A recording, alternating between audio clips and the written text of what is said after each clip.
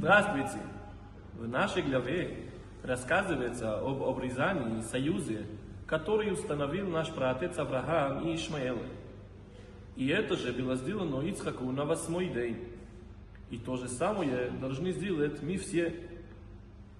Почему обрезание делают на 8-й день? Ведь ребенок маленький и ничего не осознает. Казалось бы, лучше сделать это, когда он станет взрослым.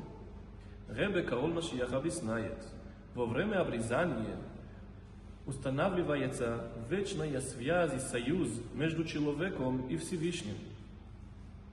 И это делается со стороны Всевышнего, который устанавливает связь с каждым, который совершает обрезание. Поэтому мы не ждем, чтобы человек осознавал это, потому что он ограничен. И как только это становится возможным, мы приводим ребенка к святости. И таким образом мы приближаем полное освобождение. Шаббат шалом и Машиах сейчас.